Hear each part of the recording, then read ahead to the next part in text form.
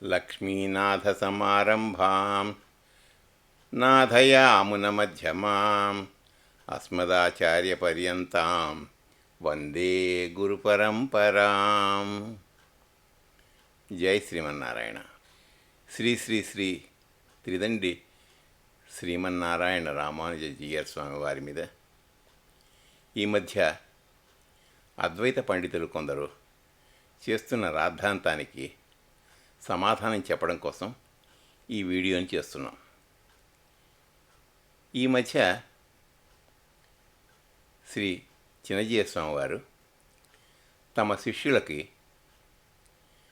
ఒక ప్రవచనం చేస్తూ శ్రీ శంకరాచార్యుల వారి మీద కొన్ని వ్యాఖ్యానాలు చేశారు. శ్రీ శంకర భగవత్పాదులు 32 ఏళ్ల వయస్సులో ఉత్తర భారతానికి వెళ్ళి మళ్ళీ తిరిగి వచ్చినట్టుగా ఎలాంటి దాఖలాలు లేవు. వారు చతురామ్నాయ పీఠాలు అని చెప్పబడేటువంటి 4 శంకర పీఠాలని వారు స్థాపించలేదు. 4 ఆమ్నాయ పీఠాలు అంటే పూరి, శృంగేరి, ద్వారక, జ్యోతిర్మఠ్ మొదలైనవి. ఈ 4 పీఠాలని వారు స్థాపించలేదు.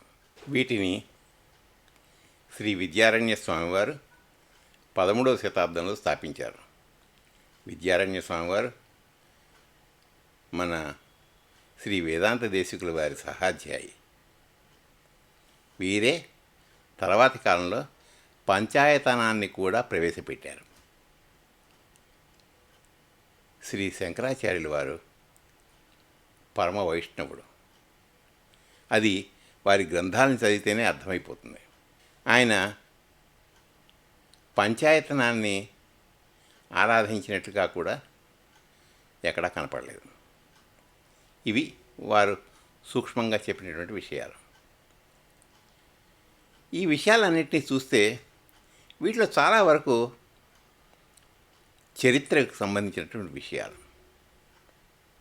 ఆయన పరమ వైష్ణవుడు అని చెప్పినటువంటి విషయం మాత్రం అది చిన్నజీయ స్వామి వారి స్వంత అభిప్రాయం. ఆయన గ్రంథాలను చదివిన మీదట ఆయనకు వచ్చినటువంటి అభిప్రాయంగా మనం అనుకోవచ్చు.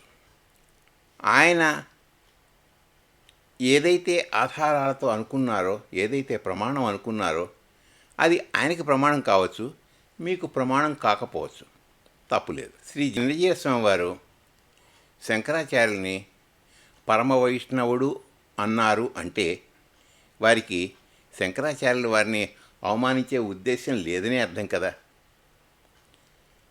ఆయన అవమానించే ఉద్దేశం ఆయనకి లేనప్పుడు అలా ఉంది అని మీరెందుకు భావిస్తున్నారు? వారి మాటలను చూస్తే అలాంటి అభిప్రాయం ఏమీ కనపడటం లేదే. శంకరాచార్యుల వారి గురించి ఒక తప్పుడు చరిత్రని చెప్పారు కాబట్టి మీ అందరి హృదయాలు గాయపడ్డాయని మీరు చెప్తున్నారు. కానీ పరమ వైష్ణవుడైనటువంటి శ్రీ చిన్నజీయ స్వామి వారిని మీరు తప్పుడు మాటలతో ఆయనని తూలనాడుతుంటే మా అందరి హృదయాలు కూడా సమంగా బాధపడుతూనే ఉంటాయి కదా, క్షోభిస్తాయి కదా. మీరే ఆలోచించండి. ఈ మధ్య శ్రీ బంగారయ్య గారు అనేటువంటి ఒక పెద్ద మనిషికి వీరి మాటల్లో ఒక కుట్ర కోణం కనపడిందిట. ఆయన మాటలు హాస్యాస్పదమట. వారు తిన్నదరక్క ఇలాంటి మాటలు మాట్లాడుతున్నారట. వారి మాటలు ఇలా జుగుప్సాకరంగా సాగాయి. అందువలన జీయస్వామి వారు లోకానికి క్షమార్పణ చెప్పాలి అని కూడా వారు సెలవిచ్చారు. అనని మాటలని అన్నట్లుగా భావించి మీరు ఇలాంటి కువ్యాఖ్యలు చేయడం ఎంతవరకు సబబుగా ఉంది బంగారయ్య గారు? మీరే ఆలోచించండి. ఇంకో పెద్ద ఆవిడ ఇదే విషయం గురించి మాట్లాడుతూ సభా మర్యాద కాదు కాబట్టి ఆవేశం తెచ్చుకోవడం లేదు అంటూ ఆవేశంగానే మాట్లాడారు. ఇంతకీ మీరందరూ అనేది ఏమిటి? శ్రీ శంకరుల చరిత్ర సరిగ్గా చెప్పలేదనే కదా. దానికోసం ఇంతటి పరుష పదాలు వాడవలసిన అవసరం ఉందా? మీరే ఆలోచించండి. మీలాగే మరొక మహనీయుడు సంతోష్ కుమార్ గణపతి అని ఆయన కూడా ఆవేశంలో కొన్ని అపశృతులు పలికి చిన్నజీర స్వామిని విమర్శించారు. కానీ తర్వాత ఆయనే తన యొక్క ప్రవర్తనకి నొచ్చుకుని తన యొక్క వీడియోలన్నీ తీసేసి చిన్నజీర స్వామి వారికి క్షమార్పణ కూడా చెప్పుకున్నారు. ఏదైనా ఒక ఆవేశంలో ఒక మాట అన్నా తమ తప్పును తాను తెలుసుకోవడం అనేది విజ్ఞతకు లక్షణం. అది మనకు కూడా ఉండాలి కదా. చిన్నజీర స్వామి వారు తమ శిష్యులకి ప్రవచనం చెప్పుకుంటూ కొన్ని వ్యాఖ్యలు చేస్తే ఆ ప్రవచనం అంతా కాకుండా ఆ ఒక్క 4 మాటలని తీసుకుని మీరు ఈ విధంగా నోరు పారేసుకోవడం ఏమైనా బాగుందా? అదేనా మీ సభ్యత? చరిత్రను వక్రీకరించారు అన్నది మీ బాధ అయితే ఇంతవరకు ఎన్నిసార్లు మన యొక్క చరిత్ర అంతా వక్రీకరించబడి మనం అందరం పాఠ్యగ్రంథాల్లో చదువుకున్నాం? దానికి ఎప్పుడైనా మీరు విమర్శించారా? ఆర్యులు అనేవాళ్ళు ఎవరో బయట దేశం నుంచి వచ్చి మన దేశంలో ఉన్నటువంటి ప్రజలందరినీ దక్షిణాదికి తరిమేస్తే వాళ్ళందరూ ద్రావిడులు అయ్యారని, ఆ బయట నుంచి వచ్చిన వాళ్ళు ఆర్యులు అయ్యారని వక్రీకరణ చేస్తే మీరేమైనా విమర్శించారా? చరిత్రను వక్రీకరించడం అనేది కొంతమంది కావలసి ఉద్దేశపూర్వకంగా చేస్తుంటే, కొంతమంది నమ్మకంతో ఇది మంచిది అన్న విషయంలో చెప్పి ఉండవచ్చు. అంత మాత్రాన మనం వెంటనే వారిని నానా మాటలు అనవలసిన అవసరం ఉందా? ఆలోచించండి. శ్రీ శ్రీ శ్రీ చిన్నజీయ స్వామి వారు సర్వమానవ సౌభ్రాతృత్వానికి ప్రతీకగా నిలిచినటువంటి మహనీయులు. వారి ఆశ్రమంలో చాతుర్వర్ణాల వారు, దళితులు, ముస్లింలు, క్రైస్తవులు అందరూ కలిసిమెలిసి ఉంటారు. ఒకరినొకరు గౌరవించుకుంటారు. ఎట్టి పరిస్థితుల్లోనూ అవమానకరమైనటువంటి వ్యవహారం అక్కడ ఉండదు. అంతేకాకుండా ప్రతి సంవత్సరం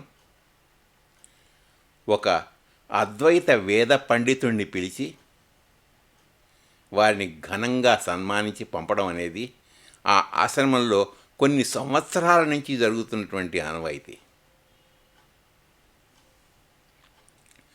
వారు ఎన్నో సామాజిక సేవల్ని నిర్వహిస్తూ ఉంటారు. వారి సేవల ద్వారా లబ్ధి పొందిన వారు వేలల్లో లక్షల్లో ఉంటారు.